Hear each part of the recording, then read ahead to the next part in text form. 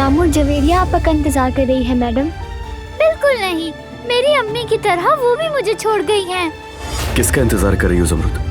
बात करना जरूरी है हमारा। अलका मैडम, दरअसल मैं यामूर से मिलने के लिए आई थी, लेकिन वो कहीं दिख नहीं रही। उसने सुबह से कुछ भी नहीं खाया। आपने भी मेरी अम्मी की तरह मुझे छोड़ दिया। आप भी मुझसे प्यार नहीं करती और अब मैं कभी भी घर वापस नहीं जाऊंगी। बेटी, बैठी रहो बेटी। मैं आपको अकेला छोड़ देता हूँ। मुझे माफ कर दो बेटी। सराब बेटी ने मुस्तकिल तुर्की में रहने का फैसला कर लिया है। बहुत अच्छा हो गया।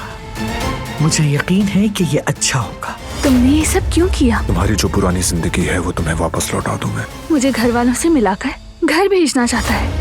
वो कहानियाँ अधूरी जो न हो सकेगी पूरी, उन्हें मैं भी क्यों सुनाऊं, उन्हें तुम भी क्यों